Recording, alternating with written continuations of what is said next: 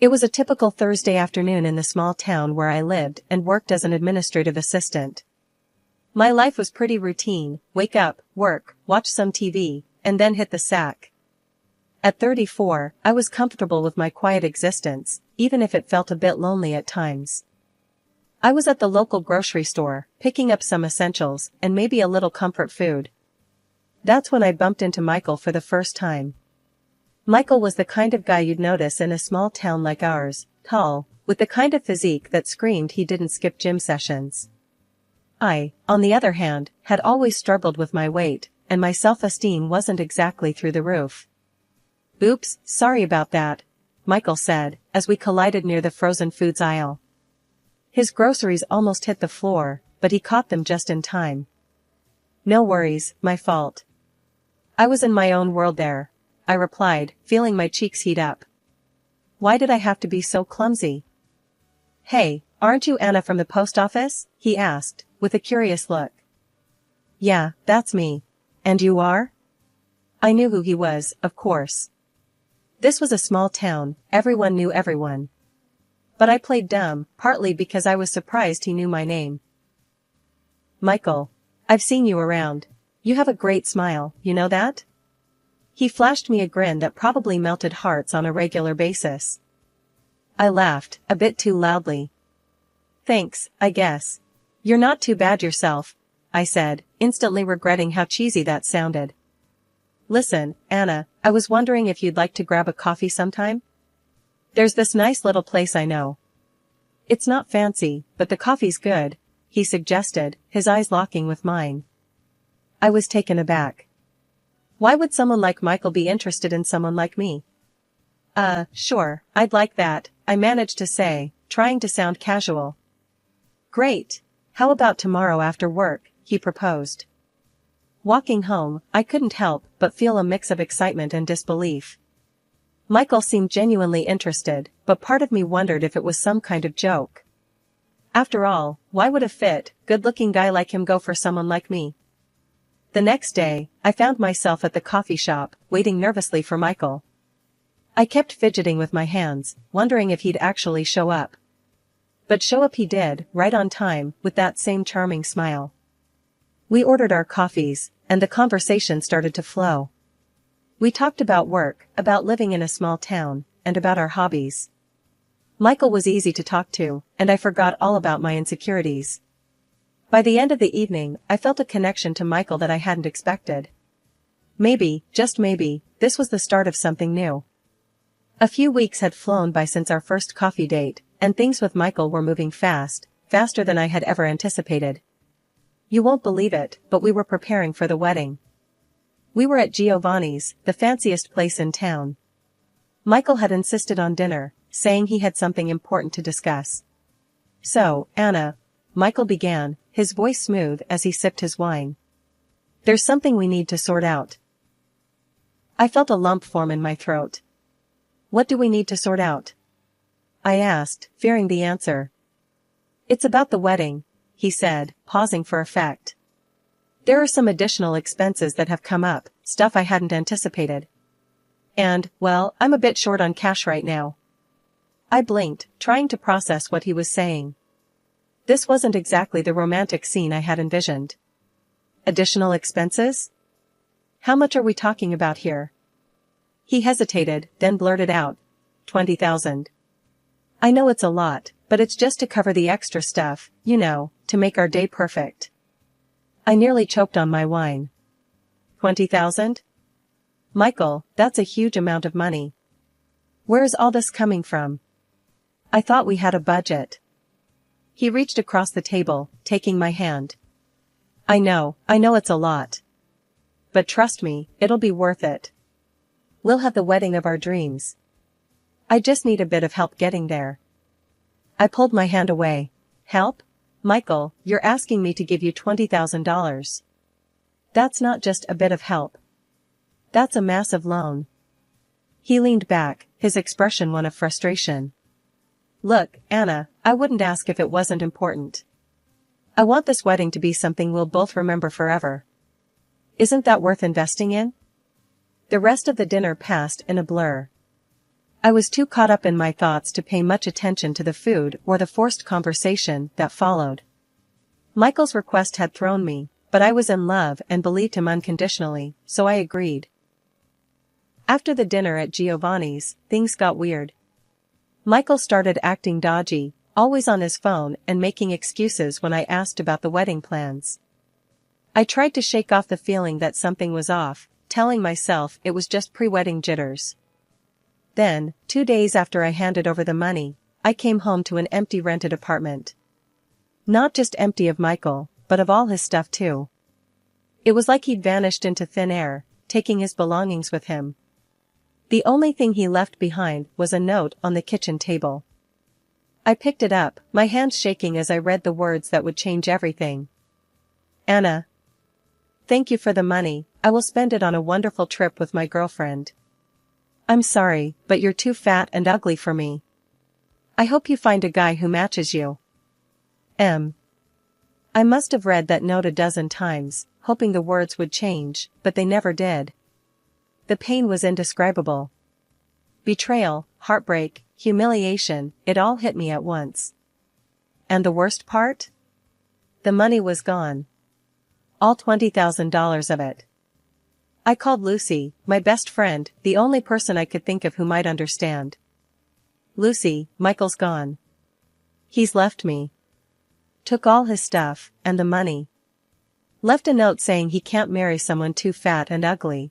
I choked out, feeling the sting of tears in my eyes. There was a pause on the other end of the line. That son of a... Are you okay? Do you want me to come over? I sniffled, wiping my nose with the back of my hand. Yeah. I mean, no. I'm not okay. But yes, please come over. It didn't take long for Lucy to arrive, and when she did, I was still a mess. She hugged me, letting me cry on her shoulder. This is unbelievable. How could he do this to you?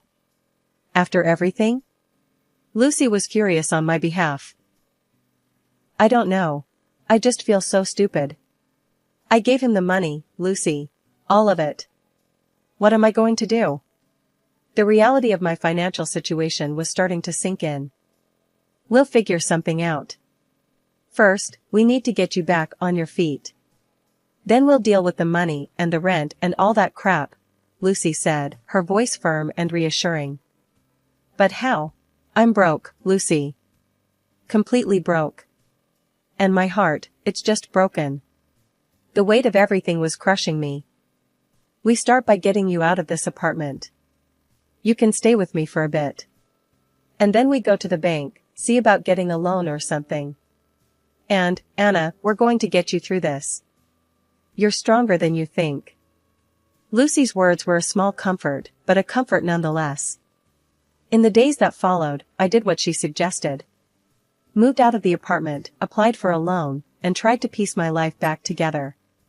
But the betrayal and the financial mess Michael left behind were hard to shake off. It felt like I was living in a nightmare, and no matter how hard I tried, I couldn't wake up. Moving in with Lucy was supposed to be temporary. Just until I got back on my feet, I kept telling myself. But days turned into weeks, and the weight of what happened with Michael wasn't lifting, it was getting heavier. I can't believe that jerk did this to you, Lucy said one evening, as we sat on her couch, a pile of unpaid bills on the coffee table. And left you with all these debts. I took a sip, the warmth of the tea doing little to comfort me. I'd been thinking about getting a second job. Maybe at the diner or the gas station. I need to start paying off these debts somehow. That's a start, Anna. But what about talking to a lawyer? Maybe there's a way to get some of the money back from Michael. I shook my head, a bitter laugh escaping me. With what money, Lucy? I can't even afford a lawyer. And even if I could, Michael's gone. Vanished. No one knows where he is. The conversation hit a dead end, as it often did these days. The reality was, I was stuck. Stuck in a situation I never imagined I'd be in, struggling to find a way out. The next few weeks were a blur of job applications, rejection letters, and growing despair. I managed to get a part-time job at the local diner, but it was barely enough to cover the interest on the loans, let alone the principal amount. And yet I tried with all my little strength. Lucy was there, and that was the main thing. Once she hinted that I could ask my parents for help, but I categorically refused. I'm 34 years old, and I can handle all this on my own. A few months passed, I worked 2 jobs, paid off the loan and even rented a small apartment, finally moving out from Lucy. The upcoming Valentine's Day was just another reminder of how far my life had veered off course. Planning to spend the evening with nothing but my cat and a large pizza for company, I wasn't expecting anything out of the ordinary. That's when the unexpected happened. The doorbell rang, and I figured it was the pizza delivery. Swiping a hand over my face to wipe away the remnants of tears and straightening my pajama top, I shuffled to the door, ready to face the only date I had that night, a large pepperoni with extra cheese. But it wasn't the pizza guy. Instead, there stood a delivery man holding the largest bouquet of roses I'd ever seen, looking like he was trying to find the recipient of a mistaken order. "Anna Smith?" he asked, a bit uncertain. "Yeah, that's me. But I think you've got the wrong place." "I didn't order any flowers," I said, confusion lacing my voice. "No mistake, ma'am. These are for you," he said, handing me a small card that came with the bouquet. I took the card, my hand shaking a bit as I read the message. "You're beautiful. I've liked you for a long time, but I want to remain anonymous for now." My heart skipped a beat. "But who sent these?" I asked, looking up at the delivery man, who merely shrugged. "Sorry, ma'am. I just deliver 'em. Don't know anything about the sender," he said before turning to leave. Closing the door, I stood there, holding the bouquet and the note, feeling a mix of emotions. Confusion, surprise, but most of all, a tiny spark of hope. Someone out there thought I was beautiful. After everything that had happened, it felt like a lifeline. I called Lucy, unable to keep this to myself. "Lucy, you won't believe what just happened. I got flowers. From a secret admirer," I blurted out as soon as she answered. "Wait, what? Flowers? On Valentine's Day? Girl, spill." Lucy's voice was a mix of excitement and curiosity. I told her about the delivery, the note, and how it made me feel. There was a pause on the other end of the line. "Anna, it's wonderful. But also a bit creepy, don't you think? Secret admirer and all?" Lucy finally said, her tone a blend of happiness for me and concern. "I know, it sounds crazy. But right now, I'll take a bit of wonderful in my life, even if it comes with a side of creepy," I admitted, feeling a smile creep onto my face for the first time in months. "Fair enough. Just be careful, okay? And hey, enjoy the flowers. You deserve to feel beautiful, because you are," Lucy added, her words warming my heart. The rest of the night, I found myself glancing at the bouquet, letting myself dream a little. It was a small gesture, but it marked the beginning of something new for me. I wasn't ready to jump back into the dating scene, but this mysterious gesture made me feel seen, valued, and most importantly, it sparked a change within me. The days following the flower delivery were filled with a new sense of anticipation.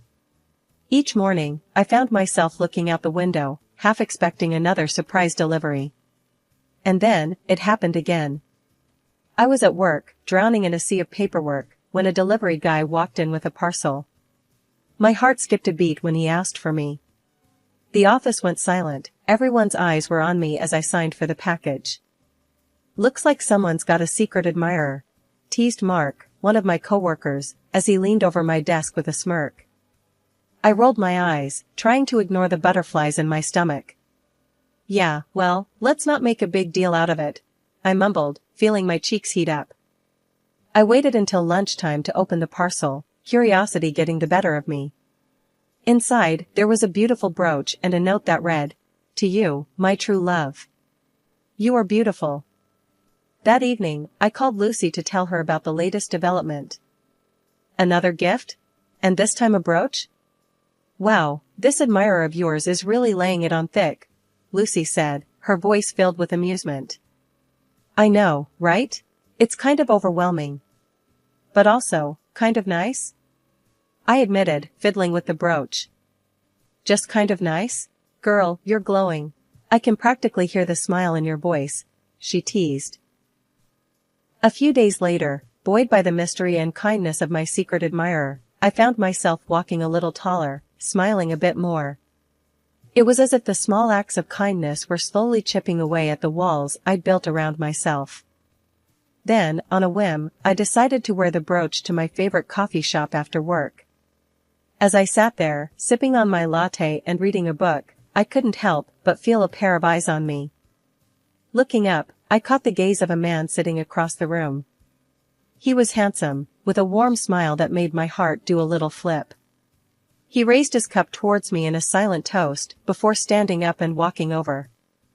Hi, I couldn't help but notice that brooch. It's quite beautiful, he said, nodding towards the pin on my jacket. I felt my cheeks warm up. Oh, thank you. It was a gift, I said, suddenly shy. A gift? Sounds like someone thinks quite highly of you, he replied, his smile widening. Yeah, it seems so, I said, tucking a strand of hair behind my ear. I'm Anna, by the way. Nice to meet you, Anna. I'm Alex. Do you mind if I join you? He asked, gesturing to the chair opposite me. Not at all, I said, my heart racing. Was this a coincidence, or could Alex be? We talked for what felt like hours, about everything and nothing. For the first time in a long time, I felt a genuine connection with someone. But the question of whether he was my secret admirer lingered in the back of my mind.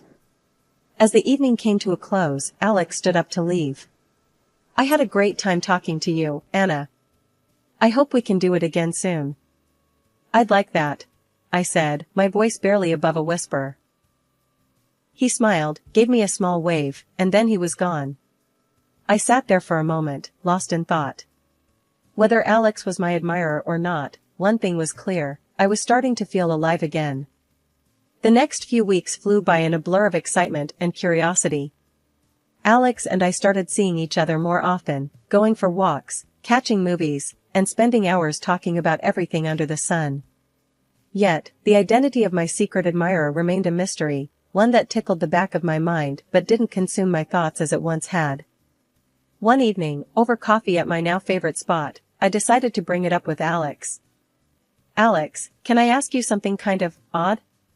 I started, stirring my coffee nervously. He looked up, his eyes curious. Sure, anything. What's up? It's just, well, before we started hanging out, I received these gifts from a secret admirer.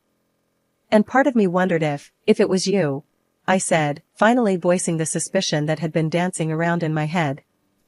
Alex raised his eyebrows, a smile playing on his lips. Me? A secret admirer? That's kind of flattering, but no, Anna, it wasn't me.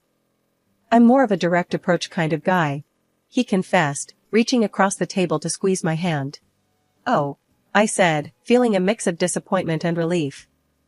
I guess it was a silly thought. Not silly.